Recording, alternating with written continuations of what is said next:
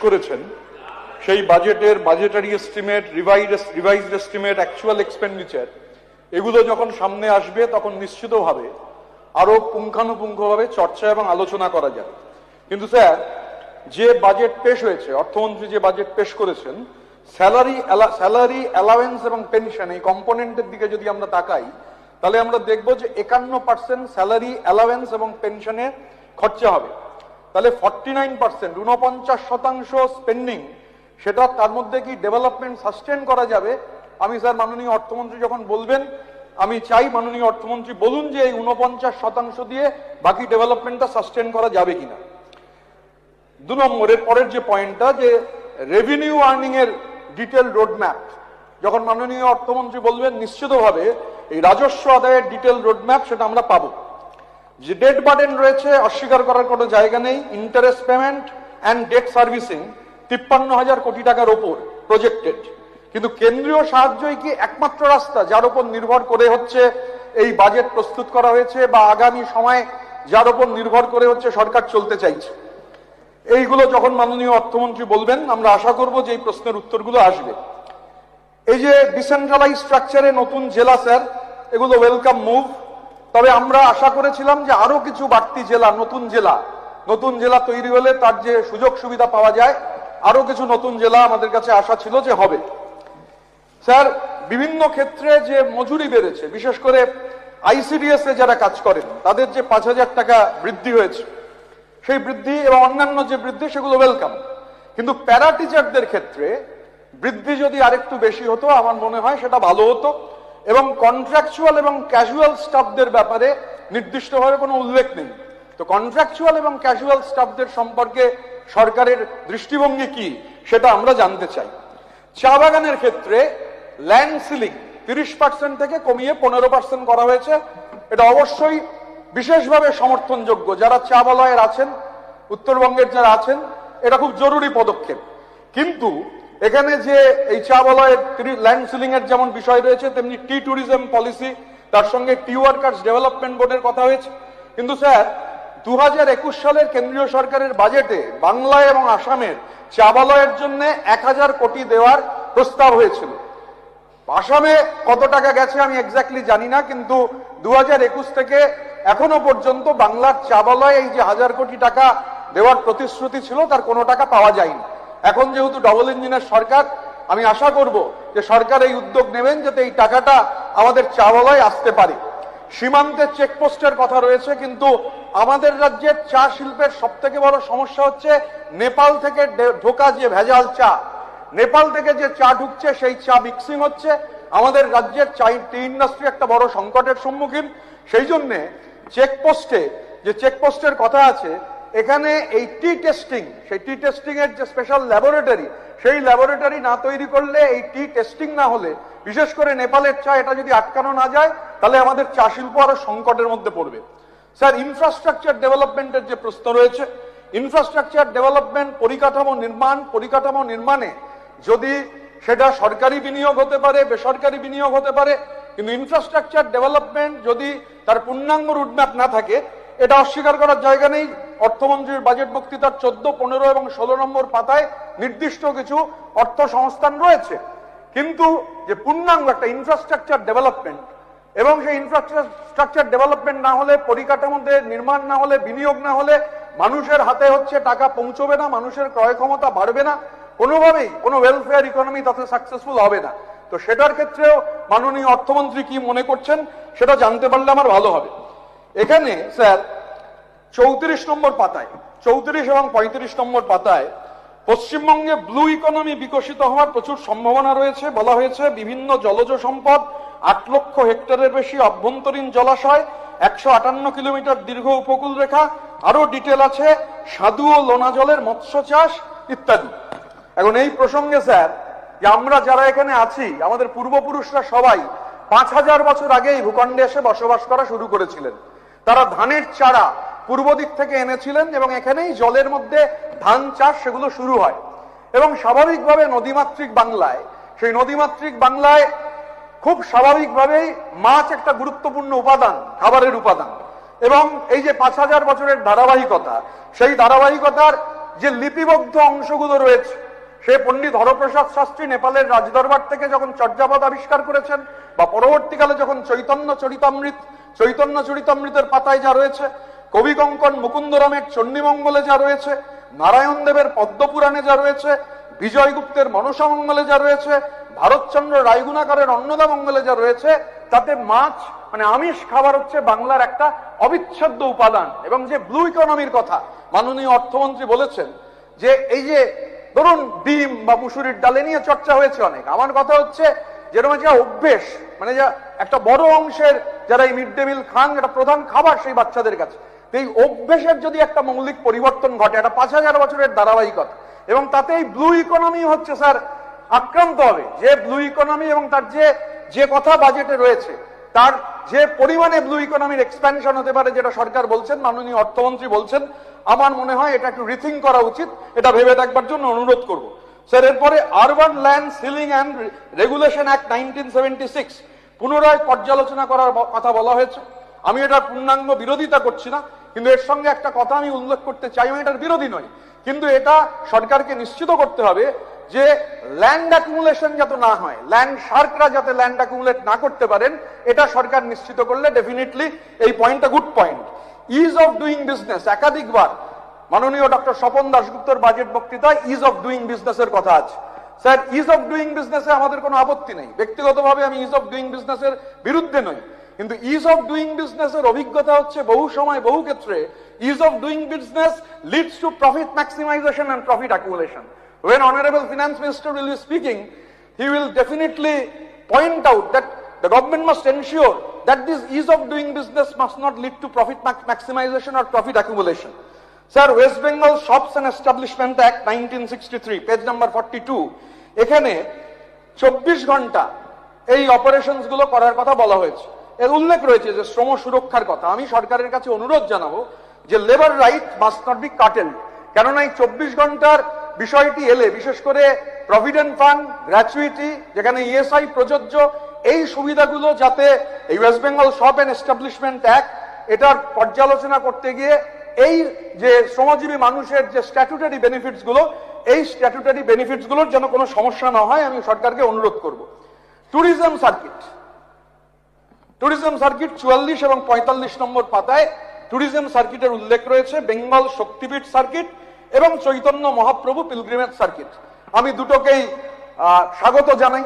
চৈতন্য মহাপ্রভু তিনি শুধুমাত্র বাংলার প্রথম জ্যোতির্ময় পুরুষ নন, আমাদের এখানকার এই মাটির প্রথম সমাজ সংস্কারক নন, তিনি প্রথম বিপ্লবী, প্রথম স্লোগান দিয়েছেন যিনি, তিনি শ্রীকৃষ্ণ চৈতন্য, প্রথম মিছিল করেছেন যিনি, তিনি শ্রীকৃষ্ণ চৈতন্য, প্রথম হচ্ছে যিনি বাংলা ব্যাংক তৈরি করেছেন, তিনিও শ্রীকৃষ্ণ চৈতন্য। দুটোই স্বাগত, বাংলা শক্তিপীঠ এবং চৈতন্য মহাপ্রভু পিলগ্রিমেজ সার্কিট।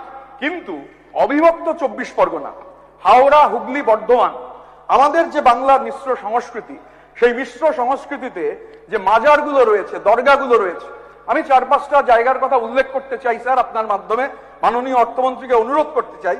বিশেষ করে আমাদের এই মুহূর্তে যেটা দক্ষিণ 24 পরগনার ঘুটিয়ারি শরীফ, সেখানে যে পীর গাজী মুবারক আলীর মাজার রয়েছে, ফুরফুরা শরীফ, তার পরবর্তীকালে পান্ডুয়াতে মাজার শাহ সুফি রয়েছে, পীর বহরামের বর্ধমানে রয়েছে। এই যে এগুলোর একটা যদি সার্কিট তৈরি করা যায়, আমি সরকারের কাছে অনুরোধ করব। কিন্তু আমার কাছে যেটা খুব আশ্চর্য লেগেছে স্যার, যে এই এত কিছু ট্যুরিজমের জন্য ব্যাপক হচ্ছে একটা রোড ম্যাপ রয়েছে, কিন্তু যদি ট্যুরিজমের বাজেটের দিকে দেখা যায়, পর্যটন বিভাগের বাজেটের জন্য 527.84 কোটি টাকা ধার্য হয়েছে। আমি মনে করি স্যার এটা অপ্রতুল। যে ধরনের প্রজেক্টের কথা বলা হয়েছে, যে ভাবে বলা হয়েছে, এবং যিনি পর্যটন মন্ত্রী তিনি উপস্থিত রয়েছেন, তো পর্যটন মন্ত্রী পরিষদীয় মন্ত্রীও বটে, আমি জানি না তিনি আমার সঙ্গে একমত হবেন কিনা, তবে আমি পুরোটা পড়ে মনে হয়েছে আমার যে বাজেট অপ্রতুল, ট্যুরিজমের বাজেট বাড়ানো দরকার। কারণ যে কথা আপনারা বলেছেন, সেই কথা যদি বাস্তবে রূপায়িত করতে হয়, এবং করা উচিত, রূপায়িত করতে হলে এই টাকায় ট্যুরিজমের বাজেট হলে কোনোভাবে এগুলো খাতায় কলমে থেকে যাবে। ভালো স্বপন দাশগুপ্ত যেটা বলেছেন, ডক্টর স্বপন দাশগুপ্ত, সেগুলো সব এই বাজেট বক্তৃতার মধ্যে থেকে যাবে, এটা সফল হবে না। সুন্দরবনের ক্ষেত্রে স্যার এটাও ট্যুরিজমের সঙ্গে যুক্ত।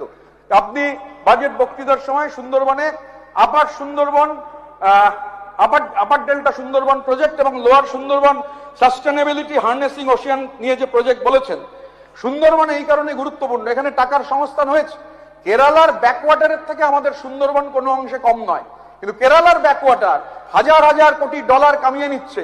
আমাদের ট্যুরিজমের ক্ষেত্রে এ নিয়ে যদি একটা রোড ম্যাপ থাকে, সেটা স্যার এই বাজেটে হবে না। আপনাকে বাজেট বৃদ্ধি করতে হবে, সুন্দরবনের ক্ষেত্রে বাজেট বৃদ্ধি আমার মনে হয়। One suggestion I want to make to the Honorable Chief Minister, Honorable Finance Minister, knowing that I may be criticized, but I think this is a demand of time. As far as communication is concerned, English is the most important communicative language. তো ইংরাজি মাধ্যম school সরকার তৈরি করুক, ইংরাজি মাধ্যম school সরকার তৈরি করুক, ইংরাজি মাধ্যম স্কুল তৈরি হোক, এটা সময়ের চাহিদা। মাননীয় অর্থমন্ত্রী যখন বলবেন, তিনি এ বিষয়ে আলোকপাত করলে ভালো হবে। স্যার, বাজেটের মধ্যে রয়েছে, ডক্টর স্বপন দাশগুপ্ত বলেছেন বিড়ি হাসপাতালের কথা মুর্শিদাবাদে। স্যার, আমি একটু কনফিউজড। আমি পার্লামেন্টের মেম্বার থাকার সময় সেখানে লেবার স্ট্যান্ডিং কমিটিরও সদস্য ছিলাম। এই বিড়ি হাসপাতালটা স্যার রাজ্যের নয়, এটা কেন্দ্রীয় সরকারের বিড়ি হাসপাতাল তারাপুরে। আমি পার্লামেন্টে একটা প্রশ্নতে যে উত্তর পেয়েছিলাম, তাতে হাসপাতালে 2 জন ডাক্তার 2 জন নার্স, অপারেশন থিয়েটার কাজ করছে না। স্ট্যান্ডিং কমিটিতেও যে রিপোর্ট এসেছিল অলমোস্ট দ্য সেম। এই বিড়ি হাসপাতাল, ওখানে যে বিরাট অংশের বিড়ি শ্রমিক আছেন, এখন নতুন জেলা হয়ে যাচ্ছে জঙ্গিপুর, তো তারাপুরের বিড়ি হাসপাতাল, সেটা কেন্দ্রীয় সরকারের সঙ্গে যদি কোলাবোরেশনে রাজ্য সরকার করেন কোনো সমস্যা নেই, কিন্তু এই বিড়ি শ্রমিকরা চরম সমস্যার মধ্যে রয়েছেন। এই হাসপাতালটা বিড়ি শ্রমিকদের জন্য অত্যন্ত এসেনশিয়াল হাসপাতাল। গত 15-20 বছর ধরে এই বিড়ি হাসপাতাল একদম অকেজো হয়ে রয়েছে। এটা যদি রাজ্যের সরকার, তারা কেন্দ্রীয় সরকার, এই বিড়ি হাসপাতাল কিন্তু সেন্ট্রাল গভর্নমেন্টের হসপিটাল, তাহলে অর্থমন্ত্রী যখন বলবেন যে হাসপাতালটা কি রাজ্য নিয়ে নিচ্ছে বা সেন্ট্রাল গভর্নমেন্ট নিয়ে নিচ্ছে, নাকি সেন্ট্রাল গভর্নমেন্টের সঙ্গে কথা বলে আপনারা ঠিক করবেন যে এই বিড়ি, কারণ এই বিড়ি হাসপাতালটাকে রিজুভিনেট করতেই হবে। ওখানের বড় অংশের বিড়ি শ্রমিক এই সমস্যার মধ্যে রয়েছেন। স্যার, আরেকটা প্রশ্ন আমি আপনার মাধ্যমে মাননীয় অর্থমন্ত্রীকে করতে চাই। স্টেট পাবলিক সেক্টর, আমি বাজেট বক্তৃতায় যেটা দেখেছি, স্টেট পাবলিক সেক্টরের লিস্টিং হবে, তার কর্পোরেট ভ্যালু আনলক করা হবে এবং তার মাধ্যমে মূলধন জোগাড় করা হবে। এটা প্রফিট মেকিং আর লস মেকিং, আপনি সম্ভাবনাময় কথাটা বলেছেন, সম্ভাবনাময় কথাটা মানে মাঝামাঝি হয়ে গেল। তো আমি আপনার থেকে জানতে চাই মাননীয় অর্থমন্ত্রী, যে profit making state public sector, loss making state public sector, loss making state public সেক্টরের ডিসইনভেস্টমেন্ট হলে আমার কোনো আপত্তি নেই, কিন্তু প্রফিট মেকিং স্টেট পাবলিক সেক্টরের ডিসইনভেস্টমেন্ট হবে কিনা সেটা বাজেট বক্তৃতার মধ্যে ক্লিয়ার নয়। আপনি যদি বলবেন যখন তখন বলেন, তাহলে সেটা ভালো হবে। এবারে স্যার, আমি এখানে বিশেষ করে এটা উল্লেখ করতে চাই, এখানে সংবাদ মাধ্যমের বন্ধুরা আছেন এবং এটা ভালো যে সংবাদ মাধ্যমের বন্ধুরা আবার সবাই ভেতরে আসার সুযোগ পেয়েছেন, এটা একটা ওয়েলকাম মুভ। এখন একটা দেখুন, সংবাদ মাধ্যম নিরপেক্ষ নয়, নিরপেক্ষ হতে পারে না, পৃথিবীতে কোনো কিছু নিরপেক্ষ নয়। আমি এটা আশাও করি না যে পৃথিবীতে কোনো কিছু নিরপেক্ষ হবে, নিরপেক্ষ হওয়ার কথা নয়। কিন্তু এই সংবাদ মাধ্যমে, এবং বিশেষ করে আমি সরকারকে এই জন্য ধন্যবাদ জানাবো যে এটা আছে, এই পয়েন্টটা রয়েছে, অবসরপ্রাপ্ত সাংবাদিকদের পেনশন বাবদ যে টাকা, জরুরি অবস্থা ইত্যাদি, আমি পেজ নাম্বার 7 রয়েছে। এবার এর মধ্যে কলকাতা টিভি স্যার বন্ধ হয়ে গেছে। এবার কলকাতা টিভিতে কয় লাখ টাকা ছিল, গরুর টাকা ছিল, বালির টাকা ছিল, আমি তার মধ্যে যেতে চাই না, সেটা সরকার ঠিক করবে, যারা এজেন্সি আছে তারা ঠিক করবে। কিন্তু এই যে নিরপরাধ সংবাদ মাধ্যমের কর্মীরা, সেই সংবাদ মাধ্যমের কর্মীরা কাজ হারালেন, তাদের হচ্ছে কি হবে, তার একটা দিশা থাকা দরকার। ধরুন এক ফোনে 1 লাখ, একটা ফোন করলেই 1 লাখ টাকা, এটা ছিল স্যার। এখন এটা চিটফান্ডের টাকা, কয়লার টাকা, গরুর টাকা, বালির টাকা, ডোলোমাইটের টাকা, আমি যাচ্ছি না তাতে, কিন্তু আমি যখন এক ফোনে 1 লাখ ছিল, সেই যে চ্যানেল ছিল সেই চ্যানেলকে বলছি, আমি চ্যানেলকেই বলছি, সেই চ্যানেলে তো এটা হতো, তো অস্বীকার করার তো কিছু নেই। বা স্যার 2000, আমি এটা মানে এই সংবাদ মাধ্যমের কর্মীরাও অনেকে আশঙ্কা প্রকাশ করছেন, মেন স্ট্রিম মিডিয়া আছে, ডিজিটাল মিডিয়া রয়েছে।